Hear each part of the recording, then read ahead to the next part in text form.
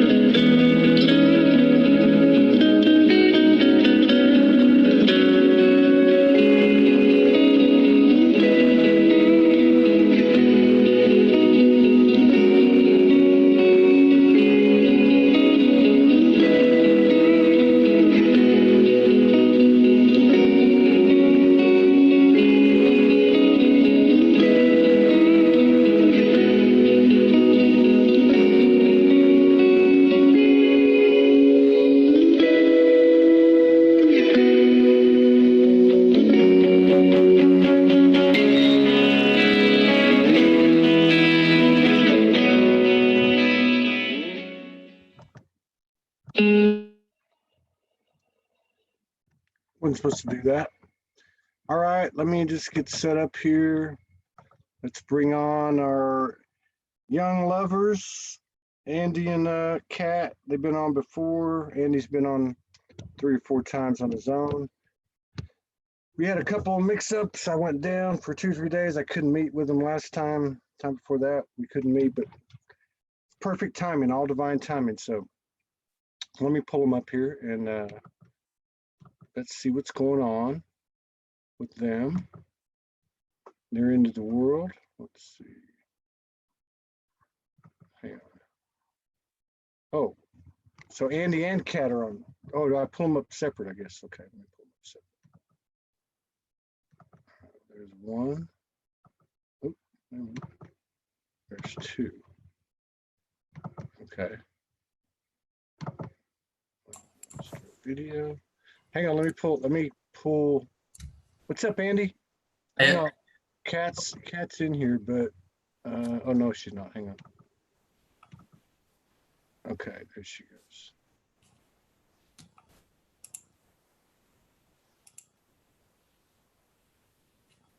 goes. She may have a oh, there she goes, I think. I think There she is. there. Okay, so hang on, let me see. Just turn her audio and video and that's it. Yeah, it's coming. There we go. What's happening, Kat? Hi. Good to be here. Thank God you showed up so they didn't have to look at me and Andy the whole time. All right. They got something good to look at now. So how you guys doing? What's happening over there? What's been going on? Where do y'all want to start? I know you guys have been doing some work because I follow up on you every now and then. So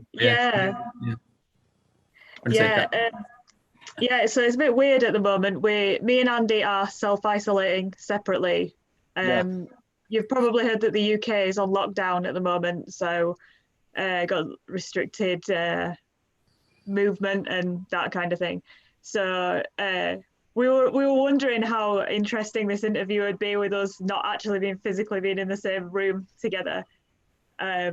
So yeah, that's kind of what's going on. We've been talking a lot over Zoom, haven't we, Andy? So we haven't actually physically been together for about 3 weeks now, I think. So do y'all normally live apart? Yeah, well, I mean, you have your own places. You have your own place. So I'm self-isolating at my parents' place at the moment.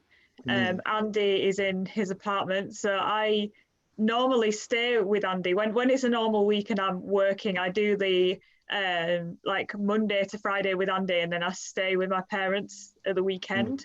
But when everything kind of kicked off in the UK, I was already staying with my parents, and I'd already been more exposed to sort of people who could potentially have the virus than Andy was. So it ended up that I ended up self-isolating separately from him. So it's been a bit weird. It's been 3 weeks Wow. now, maybe That's- more. That's Yeah. trippy. Yeah, Yeah. that's trippy. So how's that been for you, Andy? Yeah, we've both been finding it difficult, but I think it's like I think one thing it's brought up is one thing I actually had a realization that I realized I was there was an attachment there, because I know as being a human, you know, we often build up these attachments, and spirituality talks about to let go of those attachments and things, because they get in the way of actually feeling that proper full love connection where you fully surrender into the love. And I think it kind of made me realize that a bit with the attachment that I had. And I actually had a belief that I had to have cat around to be fully myself, I think, as well, because I realized if I looked back on the times where I've developed myself as a person, she's been there and non-judgmental and unconditionally loving. So then as I've developed as a person, then it's I think I've also developed this belief that I have to have her around to fully be myself. So that because she brought out a lot in me to be kind of the comical side of myself and be silly and things like that. Something that was suppressed in some of my other parts of my life. So then I think that suppression, it's almost like I took on, it's like you carry around other people's suppression, you suppress yourself based on the way that they kind of discouraged you to be a bit silly and crazy, not like kind of thing. So you have met the challenge of, or in the realization of being attached more than you thought to Kat. Yeah. And it sounds like you're coming through it pretty good. That's it. I haven't heard that one on on the situation at hand. I've heard, we got isolation, you're having to be with family members or people that you cohabitate with that you really haven't even talked to, or that you haven't been up front with, or they haven't been up front with you, and all these different dynamics. But I haven't heard two partners being separated that are so close, in such close proximity. How about you, Kat? Did you have to contend with the attachment thing, or did you already have it licked? No, I had to contend with it as well. It was very difficult. I think the first few days of lockdown, I was going crazy. I was having I was stressed all the time. I kept crying. One minute I'd be fine and I'd be like, yeah, I'm getting through this. The next minute I'd be in floods of tears, and I was really all over the place. And I had to come to terms with the part of that was my attachment to Andy, and being around Andy so much and having my routine based around my life with Andy suddenly crumbled apart, and I had to adjust to that very quickly. And I was also working from home as well, so I kind of had to pull myself together to be able to do my job from home whilst dealing with my attachment to Andy. So it was very difficult, and there are still moments now where we both say, oh, I miss kissing you, I miss hugging you. It's still there, but I feel like I'm getting through it a lot better now than when I first started. But I really had to face that and say to myself that this is a time when people's attachments are being challenged. So not just us as a couple, but many people are having that experience now where they're not seeing the friends anymore, or they might be separated from family members, and that's being challenged. Like, how do you deal with being separated from your significant other or from family members and that kind of thing? Wow. So this is kind of a different spin, because a lot of people like myself have these relationships, which we're still trying to highlight through last month. And they started, where they weren't in the same location.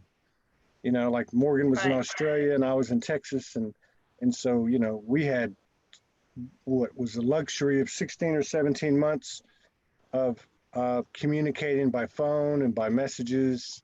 We only videoed once or twice in that time, but it helped us develop an etheric connection. We did a lot of energetic work together in the ethers, and it definitely was by design. And of course, there's more than one way to, skin a cat. But I mean, so you actually gone reverse of that. You actually we're in the same geographical location. You guys had a heck of a story you talked about before. Yeah. You've been instrumental in each other's lives, and now you're having to be apart. Have you noticed, has your non-physical connection been affected or increased, or even have you noticed any difference in it since you've been apart? I noticed it's interesting you mentioned that because I think it was last week me and Andy had a conversation where I was saying to Andy, well, once I'd got through the initial period of really struggling and going through all of those different mood swings, I started to say to Andy, do you know what? I'm getting through this surprisingly better than I thought I would, and I'm starting to do really well. And then I realized part of that is because I don't feel like Andy is a million miles away from me. I still feel a strong connection to him. I still feel like he's around. And that took time for me to realize that. But then once I realized it, I was like, actually, yeah, that's amazing. That's really beautiful. Like I still feel him anyway. Yeah, so that was a conversation we had, I think was last week. So Yeah. do you think it's, Andy, do you think it's increasing your telepathy? Have y'all had any moments of telepathy that kind of stand out? I think I've definitely been feeling stuff. So yeah, I've just been feeling like a connection and just being reminded about her at times. And then yeah, it's I guess those ideas of separation disappear at times, and you just feel like you're there with them. So yeah, that definitely has happened. Wow. Wow, this is an unexpected twist. I didn't realize you guys were put in this situation, but it's actually, I guess, like Yeah. everything else involved with this whole experience that we're all having, evidently worldwide. Yeah. It's full of opportunity. It's full of Yeah. opportunity. I mean, you've talked about the challenge of being apart unexpectedly, quickly, and then the realization of attachment or over attachment or whatever. Has there been anything else that's coming to the surface? I mean, has it created any new patterns or anything in your life in terms of I your think relationship? one thing that we spoke about actually was that it's that this, even though this has been a really challenging experience and it's very different to what we used to, we're actually seeing it as a good thing in a way. Like actually this break, us two having a break from each other, gives us time to work on ourselves. And we both noticed that when we had like this conversation last week was really powerful that we had, and we both noticed that we were both like, well, actually, this is an opportunity for us to work on ourselves and look at ourselves. And I must admit that once I did get over the initial like almost like grief of like not being able to be with Andy, Yeah. I started to feel a little excited, like a little bit like, oh, do you know what? This is an opportunity to work on some stuff on my own and find out more about me. And I think Andy, did you say you had a similar experience as well? Yeah. Oh, I think when I've got that time to be with yourself and work and sort of be there for yourself. That's the way I look at it. If you can be there for yourself more, it's like you hold a space for yourself. Then you're going to be able to hold a space for somebody else more. You know, there's going to be more space there, more expansiveness. So I think it's almost like we're being trained to be more loving to each other because we can be more loving to ourselves in these times where we're separated and it's all the distractions are removed and we're just forced to in a way to just look at ourselves and look what's going on inside us and what are we holding on to that gets in the way of our connection with other people. Well, of course, as these couples are coming to the surface more and more every day, there's discussion and expanded awareness in regard to the sacred sexual intimacy connection, the sacred power, sacred sexual power, whatever you want to call it. And obviously, we're not talking about old school 3D traditional sexual patterns. We're talking about true intimacy, heart to heart, chakras to chakras, and so on. But being that you're apart, have you guys at any point because you haven't had that physicality, have you consciously aligned or projected your energies towards each other, like at the same time or even separately, to initiate a soul merging or bilocation? There's been times separately for me where I have felt a lot of like warmth in my chest, and almost like I want to project that warmth out to Andy, almost as if like to send a signal to him, like I'm okay, I'm still here, that kind of thing. So I felt that at times, and sometimes as well when I'm on my own, I do feel Andy's warmth as well coming back to me, because I trust that he's there. And that's another thing I've realized in this situation, is that I can trust that Andy is still there. He's not going anywhere. He's not going to disappear. And I think that's an anxiety that I had before in our relationship, and particularly when we first got together, that Andy wasn't always going to be there to be able to hold me or hold space for me. But now I'm confident that he's there and I can feel it. So it's like I send out that warmth from, like, I feel it in my chest, and then I feel it come back to me from him. Wow. Wow. What about you, Andy? I feel like I'm still navigating that side of things, but I feel like I'm definitely feeling things. It's just that I don't think I'm sort of fully seeing it at the moment, though, in that way. So it's like trying to wrap my head around it, I guess. But I'm not sure if you can necessarily wrap your head around it.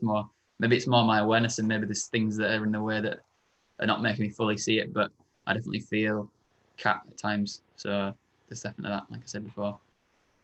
Well, when the lockdown's over and Cat makes her way back over there, how long do you think it'll be before y'all come up for air? Not long. Like we expect you might go into another quarantine together for a few days, I would imagine. Yeah, there's potential for that to happen. Yeah. How about just like from and I know a lot of times just doing the show, I don't even remember things that happened like the day before, previous couple of days, and the conversation kind of brings it up. But like, just like in our normal day-to-day stuff, the stuff that basically is from our imagination, dimensional, interdimensional, lucid dreams, that type of thing. Have you noticed any movement in that, or any change in that, or any correlation in that in regard to each other or otherwise? I haven't experienced anything in regards to Andy, but an interesting thing that I've been hearing from a couple of people that I know is that when they've experienced what they thought was the coronavirus or some kind of illness, they'd experienced lots of like very, very vivid dreams and almost like hallucinations. Yeah. And in the first, I think it was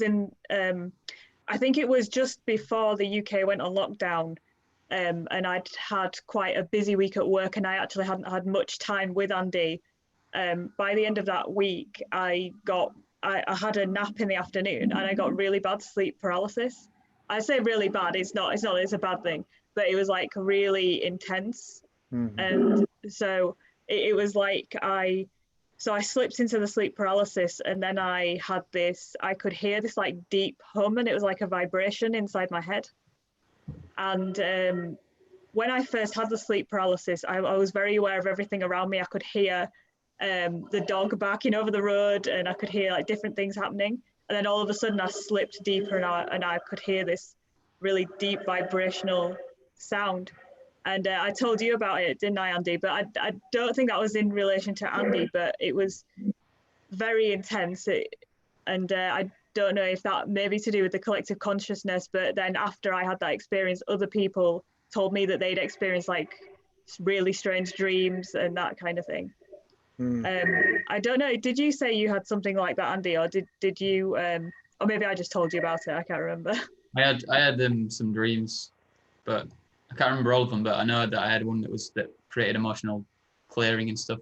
And it sort of, after I woke up, I sort of went back into it again and sort of explored it more and released some more emotions. So so there's been clearing and stuff which I think people have been saying there's a lot of clearing going on collectively, because it's because we like got to shift our awareness to a different thing, because it's like this situation is challenging us to do that, to let go of things that are standing in the way. There's like the obstacles in the way. So some obstacles in the way were cleared for me through dreams. Yeah. Yeah, that both of those, that resonates. I mean, I know I had a period, I talked about it, like 3 days of what seemed to be like flu symptoms without a fever. The chills, a lot of aches and so on, but and there was some stuff that I was getting about it and why it was happening. But one of the things that did happen was the lucid dreaming got really clear. And there's and I have heard people talking about this. Kat's right. And also in regard to like these afternoon naps where you're just so, it's such a heavy feeling, you got to lay down. And then the other thing that you said that hit home for me was that that buzzing was like a drone, like a did you say a hum? So it was like a like a really deep vibrational hum. Yeah, I picked up that quite a bit, and I noticed some things, with the weather. When I say the weather, I mean just like the weather around where I was at, not necessarily the entire sky. Animals, a lot of a lot of different types of tones, combinations of tones. Yeah, and then of course the physical stuff happening in the body was, and it's still happening as I'm talking to you right now. I'm sweating like a dog. It looks like I'm cool as a cucumber, but I'm losing about 5 pounds an hour right now. Oh, me too. I think that happens all the time when I'm on live videos as well. Yeah. Oh, is that what it is? I thought. Go ahead. I was saying that me and Andy were both saying that we have been sweating way more than usual in the last couple of weeks or so. I think every time we've called each other, we said, have you been sweating loads today? We're like, yeah. And I don't know if it's still happening to you, Andy, but it's still happening to me. Yeah, not as much as it was, but it was happening a lot worse like a few weeks back. Well, there's something to that, and there's so many that, you can just like pick this thing apart and overcomplicate it to death, but there is something happening. We all know that. And I'm talking in terms of the ascension, in terms of an expanded universal energetic force that's been expanding for all of us for quite some time. And for some reason, I want to say that the physical ramifications of it have ramped up very recently, and maybe it coincided with this whole thing going on. And maybe it's just a coincidence, but we know there's no coincidences. But there seems to be a real ramping up of the physical, the biological transformation that's occurring in the body. Does that resonate with you guys? Yeah.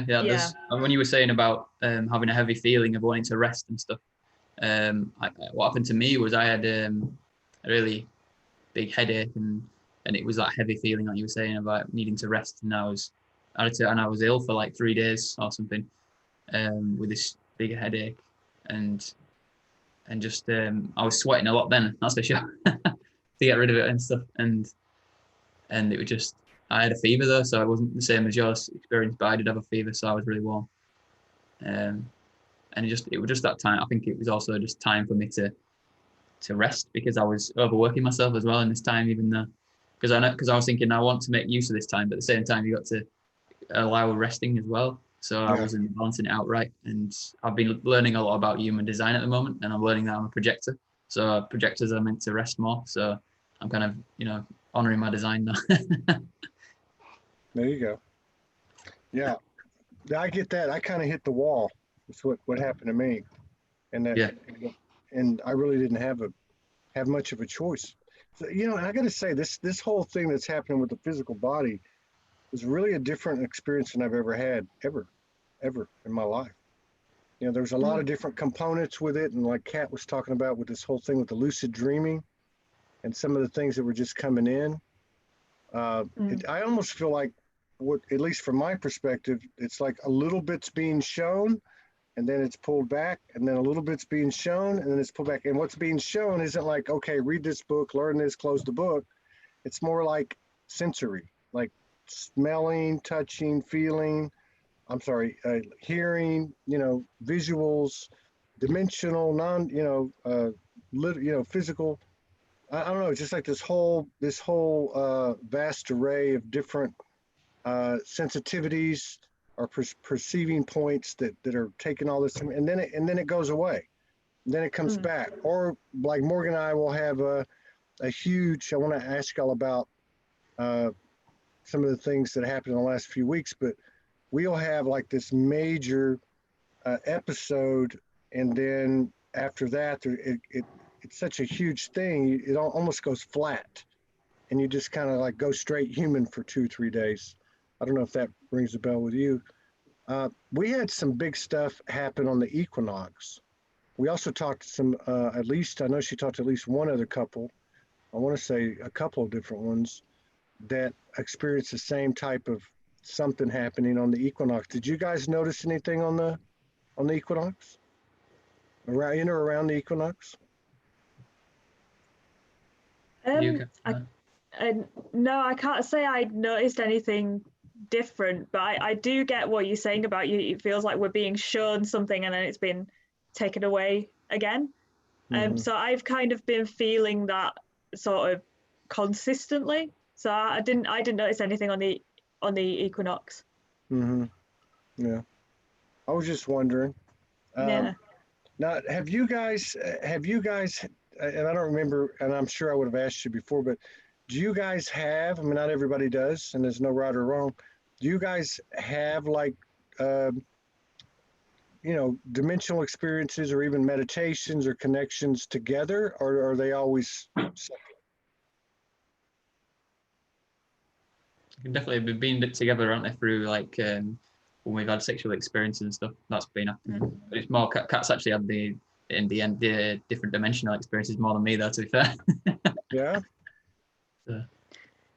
Yeah, I would say that episode, the last episode of sleep paralysis that I had, I felt like I was in a different dimension completely. Yeah. When I could hear that sound, that deep vibrational hum, everything that was around me that I could hear previously slipped away, and all I could hear was this hum and my own breath inside my body, and there came points where I thought I was dying. That's how intense it got. So I was convinced that I was dying at points, to the point where I kind of had to accept it, and I just says, right, well, if it's my time to go, it's my time to go. And wow. And it almost felt as if it was like I wasn't in the same dimension. I was gone. I was somewhere else. And then once I had that peak, I hit that peak where I was like, well, if this is it, this is it. Yeah. Then I slowly came back, and it was the first thing I heard when I came back was the dog barking over the road, which was quite funny because I have a bit of a joke about this dog being a bit annoying. But when I heard it, I was like, I'm back in the 3D. So I felt I'd traveled somewhere else and then come back again. Wow, that's interesting. Yeah.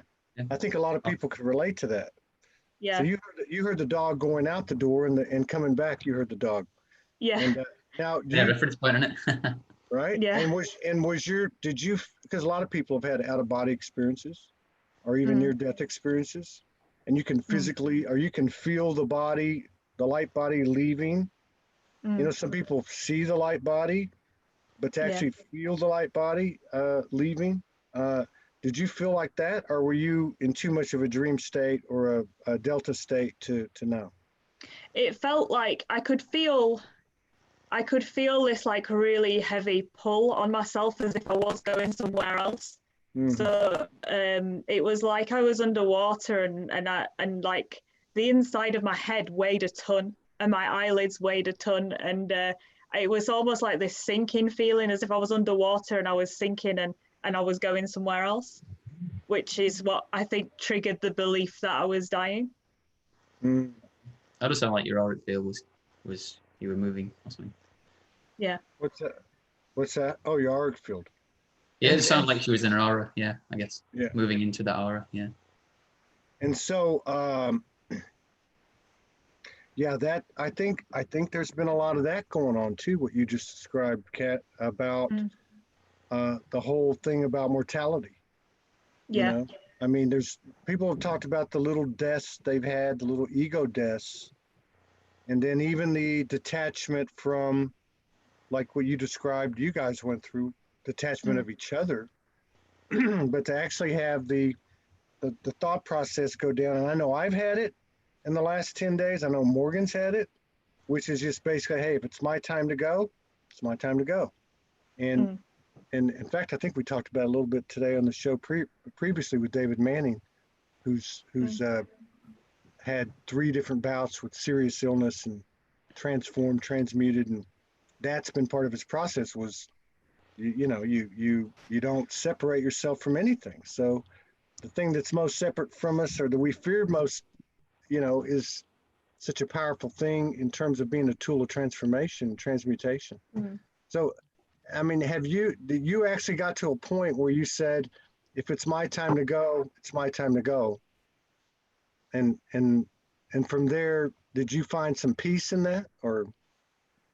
I did actually, because I'd been experiencing what was interesting was in the sort of like the last couple of months and weeks leading up to that experience, I'd been experiencing a lot of depression and anxiety, and that's Mm, something that I'd experienced throughout my life, and I almost got to the point where I did get to that point actually where I started having thoughts like, what if I just ended it all? And I did start to go down that process. And then when I had this experience, when I got to the peak point, I was like, when I actually thought I was dying, I actually realized that I didn't want my life to end, yeah, even though I was at a point where I knew I had to accept it if that's what was happening. I realized that I had still had a lot to give and had a lot to live for. So once I'd had that experience, I haven't thought that way since, yeah. because it brought me some peace in that actually I'm here, I'm alive, and it's like when I heard the dog barking and I was back, I was like, I had that almost like that sigh of relief of I'm back, Yeah, it's like you were I'm grateful to alive, hear I'm the here. ones.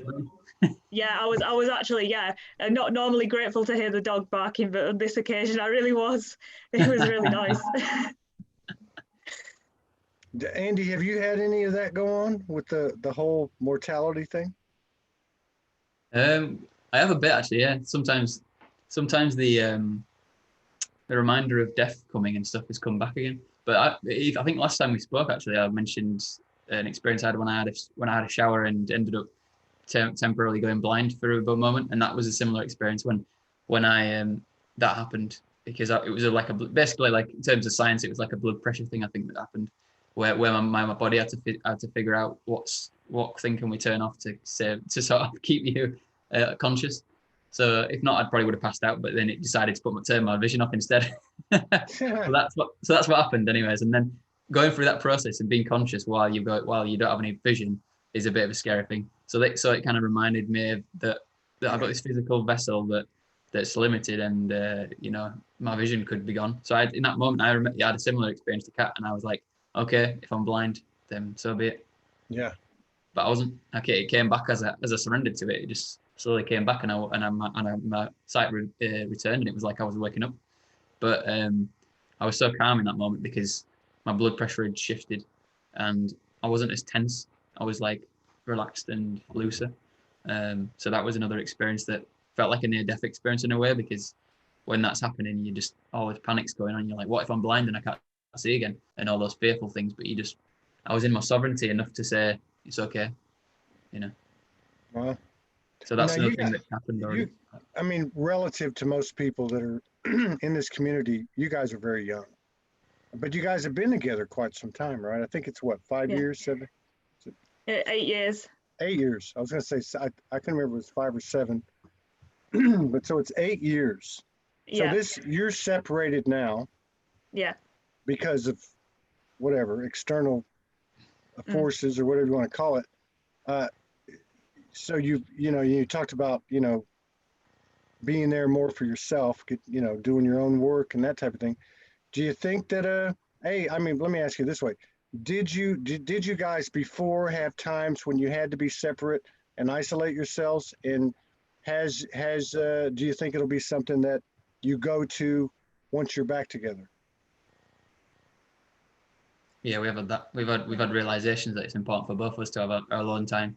Yeah, we're both introverted, so I think it's a thing that we need really to feel comfortable. And I think, but then at the same time, it's like one of those things that's a bit weird for us because we always feel so comfortable around each other. So so we don't always feel the need to have a lot of alone time, but at the same time, we do not acknowledge that we do need it and it's important. Yeah, this situation has really highlighted for me actually how important our alone time is, because before that, I was quite happily in the routine of staying with Andy and being around him all the time, and I didn't have an awareness. I was so busy thinking about my job and like really mundane things that I wasn't really thinking about what if I had a bit of space, what if I gave myself time on my own and isolated myself. I didn't even see that as an option, but now I've been forced to think of it. I mean, me and Andy have been separate in the past in that we don't technically live together. So we have gone sort of 2 or 3 weeks without seeing each other, and we've been okay with that. But the difference this time is that we're separated and we don't know when we're next going to see each other. We're not 100% sure. We don't know when the lockdown's going to be lifted. So yeah. Wow. It's an interesting one. So I mean, and then with the situation being what it is, you think there is, I'm sure, because I've seen some people talk about it. The people that cohabitate and never spend any time together. You're basically the opposite. But to hear the opposite of it is interesting, because I can relate to what you're saying. I mean, like Morgan and I can be, we live together, so and we're somewhat introverted too. I mean, we were both loners, and so we can actually be around each other all day long, never say a word, smile, the quick word maybe, and so I get what you're saying, but you actually have gone deeper, because you can relate to that because you just said it, and then now you're saying that you've also got a re-emphasis on how important your alone time is. So that's a twist too that I haven't heard as a result of what's going on. What about the I don't know, I guess it's probably pretty obvious, but being apart when you didn't have control over being apart, does it kind of make you appreciate, or are you going to look at things a little bit differently when you are together? Yeah, definitely. Yeah, that's definitely been something that's come to our attention. It's like we had this luxury of being able to see each other when we wanted, and we could just do it. And now it's not the same situation, because that's the situation's stay indoors. Mm. Yeah. And what was interesting was I did get upset last week because I realised how much I've taken our relationship for granted, like when I've been busy with my job and I'm so focused on that, and I kind of sometimes let like the stresses of my work get to my head. So about a month before this whole thing happened, I was coming back and I was like focusing, like I still had stuff in my head from work and I wasn't fully present, not as present as I could have been. And then I think it was last week, I just had this realization of like, I just give anything to be back with Andy and being with him, even if we're not speaking, just to be back in physical presence with him. It really hit me like how you take these things for granted, like just like touch as well. Like we were talking about how important touch is as humans, because we'd like to connect with each other, and not being able to do that, it definitely for me hit me really hard. So I realized like how much I'd taken that for granted, and when things go back to normal and when we're back together again, I'm just gonna have so much of an awareness of what it was like when we weren't allowed to see each other, and just be more present with that. How many kilometers are y'all apart?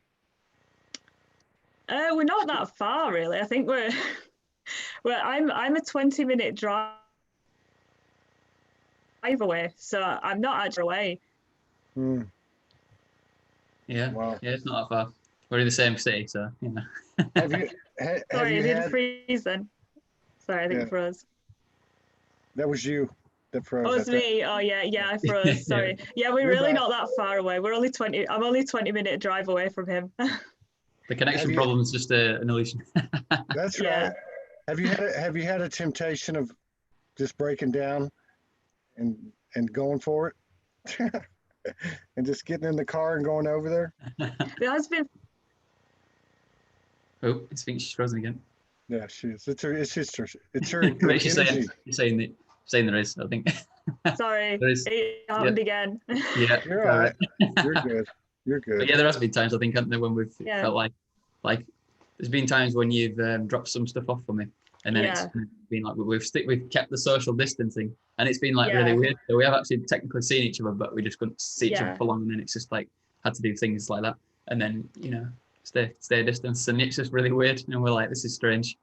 Yeah, because we're still allowed to make deliveries, so you can deliver shopping to someone. So I have been doing that, and we have been like, I've been dropping a bag off outside his house and then walking away, and then he's come to get it. So it's kind of like we have seen each other from a distance, but we haven't been able to embrace or Yeah, hug and you've left much. stuff in mine, so then I've sometimes put stuff in your bag that you wanted to have with That's you a- that you Yeah. think about keeping with you. So I like put that in there, and then we swap bags. Put one bag down, put one back, pick one bag up. It's like a weird deal going on. It's like a trade. It's like, yeah, it's like a weird, it's more like a trade. Like we're just two traders. So a Man, dodgy deal. that's crazy. Yeah. That's crazy. That really is. Uh, That'd be torturous, you know. But that's I the guess thing. Like, Yeah. it's that challenge that the universe is giving us, isn't it? Is that Yeah. like even when you're not together for a long time, Yeah. you still got that connection, like you said, the ether connection and all that. It's still Yeah. going on. Well, I mean, it's like, it's. I guess there's a newness to it, right? Like a novelty, even though it's Yep. not like, say, a comfortable thing. At some point, though, new things are no longer new, and so then they start to get tested. Have y'all reached that point? Like, I'm getting tired of this. I think it's time. I I think mean, it feels like as we've got to a point where it's like the tension's released quite a bit. I'd say yeah, it's like we still want to see each other, obviously, but I think the tension's not the same as it was. I don't think it's like we've found Yeah. a new connection. I'd say like what you were saying about the ether connection and stuff. It just feels like we've got that now that we won't ever lose again. So and of course I know that in the normal course of a relationship, especially if you're cohabitating, we all have our moments. Somebody projects, somebody snaps, somebody comes home from work and they're not present. And I'm not pointing you out, Kat, but I'm just trying to give examples.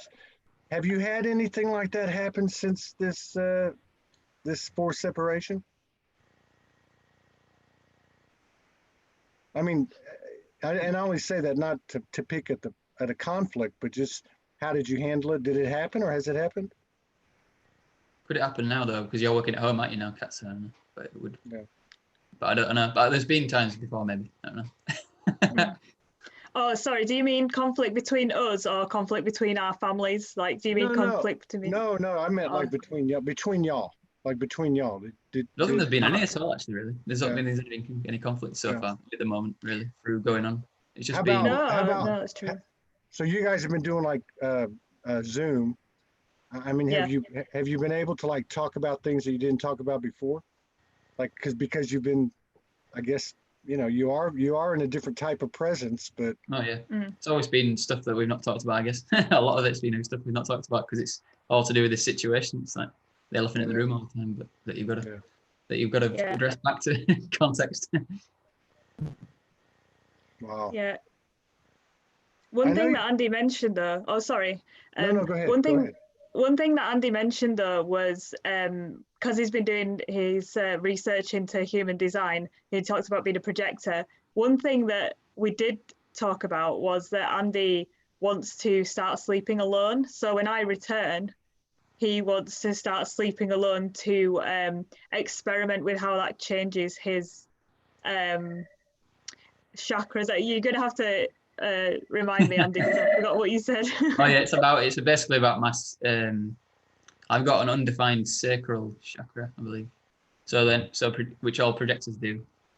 But then Kat has a defined one, and she's a manifesting generator. So apparently the generating, that her energy can kind of like confuse my undefined chakra or whatever. And I can't fully. I can't fully. I don't know anything. I don't know anything about human design, but I would say just from the outside looking in, you've already manifested not sleeping with her. Okay, so whatever the effect of that was to tell you, that information is probably there. Secondly, if you have an undefined sacral, when she comes back, I have a feeling that sacral energy will be in full force and in a new expansive mode. No pun intended. But so true. it's funny. That's the interesting thing. Yeah. What you ask for does come to you, right? Yeah, but I think it's just the advice I've heard about for projectors basically all the time. Not something just to like do it for a bit and then go back to normal again. Apparently, it's just something that's useful. Well, if I had to bet on it, if I had my guess, I would say when she comes back, you won't be sleeping alone, and it'd probably be more your choice than hers. Yeah, but I think it's the only reason to sleep together is an attachment, though. Really, because really? I don't know. I don't know, maybe, but I mean, you want to be close to each other, don't you? But at the same time, if it's another reason that's thought out, and you can see. I mean, obviously, it's something that you're curious about and you're investigating and researching, so it makes sense. Yep, and that's how I am actually known as like one of the parts of my chart is an investigator. So yeah, even under human design, they've said I've realized that as well. What about, so Kat, you've been out and about a little bit. You said you went out and dropped some stuff off. What did you pick up on the streets over there? Are you guys in London? Where are you guys at? No, we're in Leeds, so we're in northern England. Yeah, you're in northern England. Okay. Yeah, just managing to pick up shopping, really, just things like food and just basic stuff, nothing. Managed to get Andy an Easter egg though, so that's yeah. But yeah, just stuff like that, really. It's very limited. Just going to the local store, picking up food, dropping it off, coming back again. Yeah. Wow. Yeah. This is interesting. Interesting spin on our couples. Emphasizing some couples these last few weeks. None of them. Like I said, a lot of these stories, they start out apart. Then with some Morgan made me laugh. She said she'd like to have an Easter egg. That's right. Easter's this weekend, right? Yeah. So we've got Good Friday's tomorrow, which is, as I understand it, purportedly the day that he died, and of course Sunday is the resurrection. Do you feel like there's any correlation to what's happening? With yourselves. You talked a little bit about thinking you were going to die, and of course just the whole frequency of facing mortality that's obviously got to be in the field of the earth. Do you think there's any correlation to it that it's time, Easter time? I think for me, I'm the word that keeps coming up for me is rebirth. Because the earth itself is almost feel like it's rebirthing now. It's like regenerating in it, because it's the actual environmental impacts are actually good at the moment because of the not as much pollution and all that stuff, and things like that. Yeah. Wow. And I think a lot of in terms of us, we're being tested, and I think through this test we are. It's almost like we're letting go of what we used to know, and now we're learning new things that we're going to take forward, and that's almost like a rebirth, like for the way that people think and the way that people act. I don't think anybody is going to come out of this the same person that they went in. Andy, you picked a good one, didn't you? Oh dear. She picked me actually. I'm a projector. I don't pick things. Yeah. That's the funny thing about our story is when what I realize is how much it makes sense in the human design thing because Kat brings energy towards her or brings things towards her to respond to, and I have to wait to be invited. So sometimes I get my shadow side is like resentment because people don't invite me out. I'm just the lonely introvert that's like got to wait for the invitation. But Kat actually kind of brought me to her with a field, I think, and then she sort of then knew what to do to respond and get That's what they approached me. do. That's what they do. Yeah. Yeah. So, yeah, and she's right because I don't, of course, we know by now on this journey because so many people have shared their experience that everything happens energetically first, and she's right. No, I don't. At an energetic level, nobody's going to be the same, you know, No. And then that's going to play out onto the collective, into the physical. Um, do you think that you're missing out on anything by not being together during this time? Missing out on the physical, obviously, side of things, sexual and whatnot. But it's funny actually because Kat was talking before we started this conversation about an experience that you said you might want to talk about as well. What was that again? So there was the last time we did have sex, we actually had a really interesting experience because during the actual act of sex, I was really tense and I was like moving quite quickly to try and please Andy, and I didn't realize I was doing it. It was really unconscious, and Andy just he slowed me down and he just held me and he just said, "It's okay, you're safe, you don't have to go fast."